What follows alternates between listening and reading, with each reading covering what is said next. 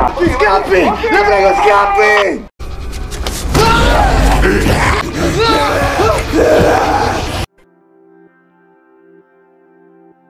Selamat malam Pramal semua.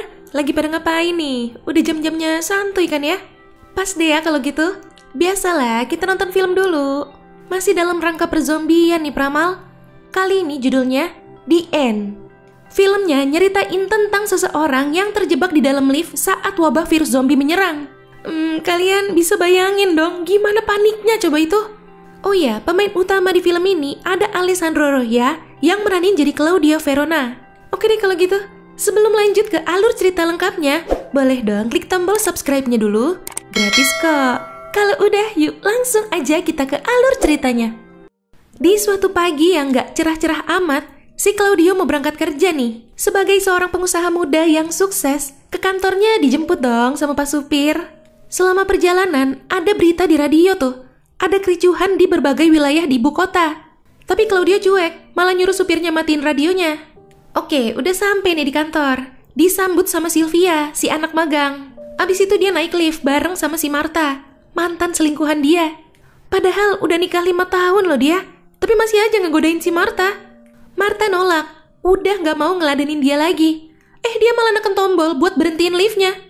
Untung si Marta udah gak tergoda lagi tuh sama dia. Claudio lanjut naik ke lantai 10. Gak lama, Lorena, istrinya dia, nelpon. Lorena khawatir sama suaminya, soalnya dia lihat di berita ada tentang kericuhan itu. Tiba-tiba lampu liftnya mulai kedap-kedip. Terus berhenti liftnya. Mungkin di antara lantai 6 sama 7.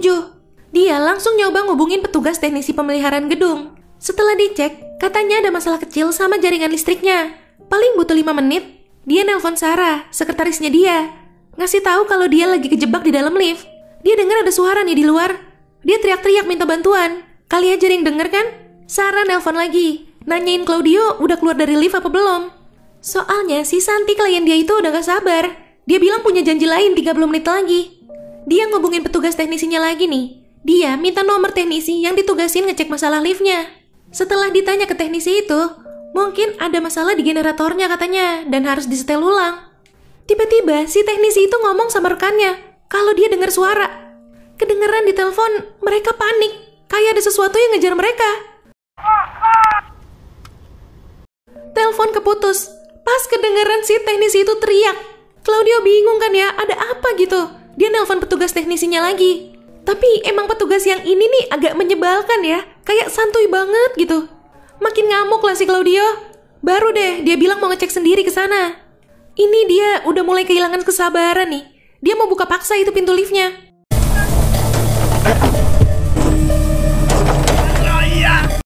Berhasil kebuka sih, tapi terlalu sempit. Dia nggak bisa keluar juga. Mana sepi banget lagi, nggak kelihatan ada satupun orang yang lewat. Lorena nelpon lagi nih. Dia ketakutan, ada yang gedor-gedor pintu rumah. Dia udah nyoba ngubungin polisi, tapi saluran telepon putus. Lorena nyuruh Claudio pulang. Ya gimana ya, Claudionya aja masih kejebak di lift. Claudio nelpon Stefano, nyuruh asistennya dia itu buat ngecek istrinya di rumah. Abis itu dia nelpon Lorena lagi. Di sini Lorena bilang kalau dia lihat di TV banyak orang-orang yang menggila. Cuma belum jelas itu kenapa. Makin ketakutan aja nih si Lorena. Claudio penasaran, dia ngecek di internet. Dan ternyata benar berita-beritanya. Nggak lama, di luar banyak orang yang lari dan kelihatan panik gitu. Ada si Marta jatuh di depan lift. Dia minta tolong mau masuk, tapi keburu ditarik.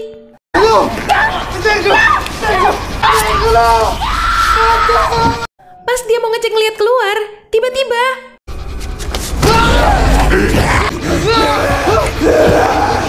zombie yang nongol. Untungnya tuh zombie pada pergi. Mereka dengar ada suara di tempat lain. Kebetulan Stefano nelpon. Claudio nyoba ngejelasin apa yang dia lihat barusan. Stefano nyoba nenangin dia.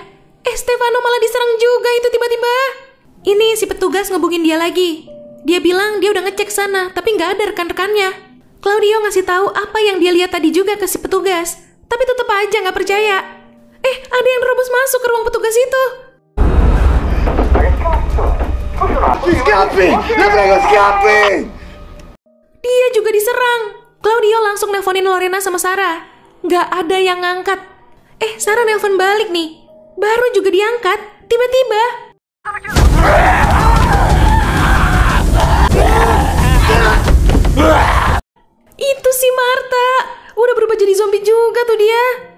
Claudio ngelepas besi pegangan yang ada di liftnya buat mukul-mukul si Martha.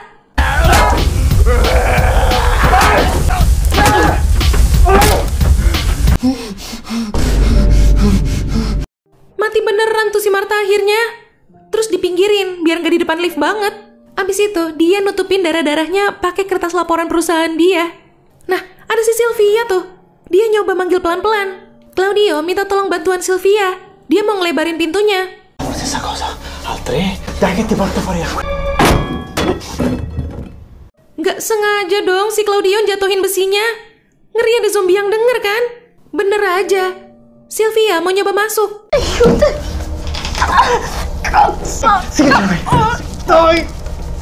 Tapi masih terlalu sempit, nggak muat. Untung aja, pas banget Sylvia kabur, tuh zombie datang. Tiba-tiba ada yang datang nendang tuh zombie. Taunya itu si Sylvia balik lagi. Dibunuh tuh zombie, dipukulin pakai stick golf. Tapi Sylvia lengah. Ada zombie lain yang datang terus nyerang dia.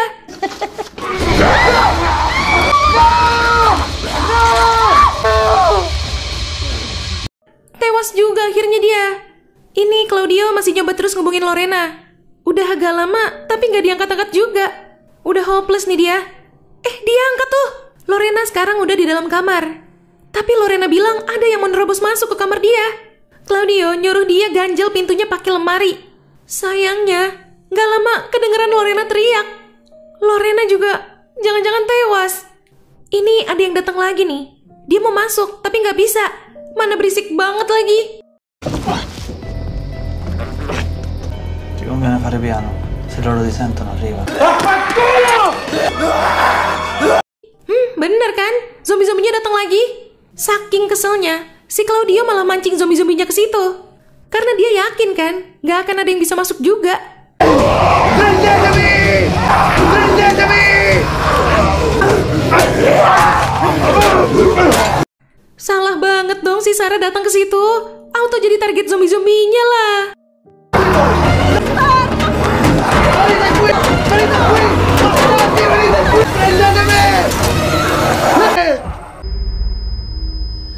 Udah bingung harus gimana lagi.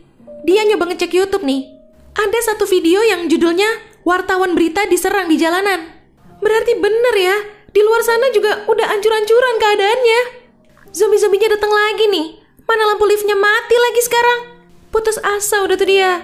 Sebats aja dulu deh ya mendingan. Tiba-tiba ada yang datang nembakin zombie-zombinya. Ternyata itu polisi. Dia bilang dia tinggal sendirian. Bahkan dia ngubungin markasnya aja udah gak bisa. Aduh, zombinya bangun lagi tuh. Untung Claudio ngeliat.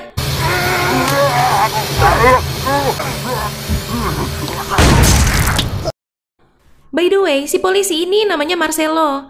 Dia mau nyoba nyalahin generatornya, biar liftnya hidup lagi. Claudio dikasih walkie-talkie buat mandu jalannya si Marcelo ke atap gedung. Sama dikasih pistol juga tuh buat jaga-jaga. Sekarang si Marcelo udah sampai di lantai 9. Tapi nggak bisa lanjut lewat tangga. Banyak barang-barang yang nutup jalannya. Claudio ingat, di lantai 9 itu lagi ada perbaikan. Jadi pasti ada steger di jendelanya. Udah di atas stegernya dia. Dia harus mecahin kaca biar bisa masuk lagi ke gedung.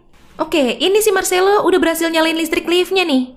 Tapi ada yang ganjel pintu liftnya, jadi nggak bisa gerak. Pas dia mau nyoba ngambil, datang lagi tuh zombie-zombinya.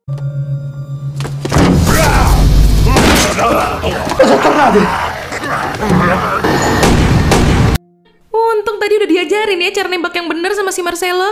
Marcelo lagi nyoba nenangin Claudio nih. Kalau semua yang dibunuh Claudio itu bukan manusia. Jadi tenang aja. Tiba-tiba zombie-zombie datang nyerang si Marcelo. Putus asa lagi aja udah nih dia. Malam itu dia ngerasa udah gak sanggup. Dia mau bundir. Tapi gak jadi. Kayak hidup bingung, mati juga masih belum pengen gitu. Ngelihat zombie-zombie pada datang lagi. Dia mau buletin tekadnya buat bundir nih. Tiba-tiba si Marcelo manggil. Uccello!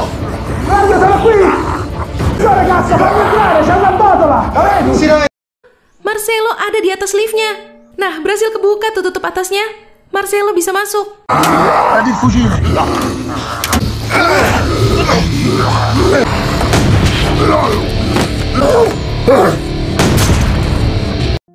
Marcelo bilang zombie udah ada di mana-mana.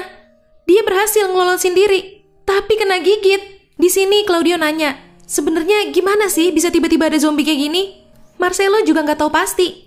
Tapi katanya sih virus ini berasalnya dari hewan. Tapi Marcelo nggak percaya. Dia sih yakinnya nih virus asalnya dari laboratorium, ulah manusia juga. Bahkan pemerintah udah nyiapin bunker. Istrinya dia udah diselamatin dibawa ke sana. Makin malam, kondisinya si Marcelo makin memburuk nih.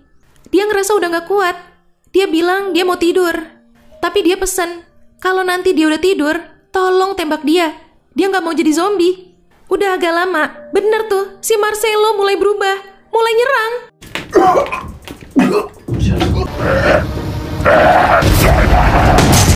Mana nggak sengaja kakinya si Claudio ketembak sama pistol yang ada di kakinya Marcelo. Akhirnya Claudio nembak dia. 2 kali tembakan di kepala sesuai perintah Marcelo. Zombie-zombie lain jadi dateng nih, denger suara tembakan itu.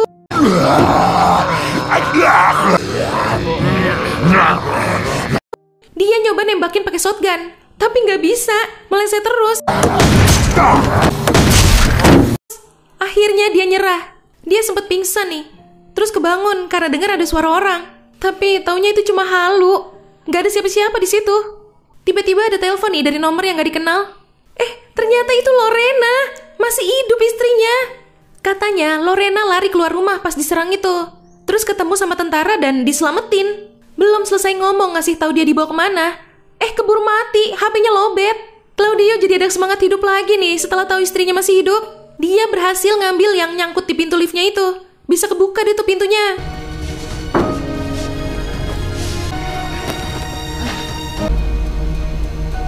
Di akhir scene, udah pagi lagi nih.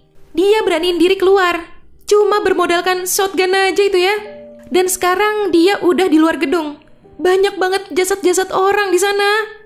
Dia nelusurin jalan itu sendirian. Sampai akhirnya dia lihat ada susu. Pas dia ambil, tuh zombie tiba-tiba kebangun.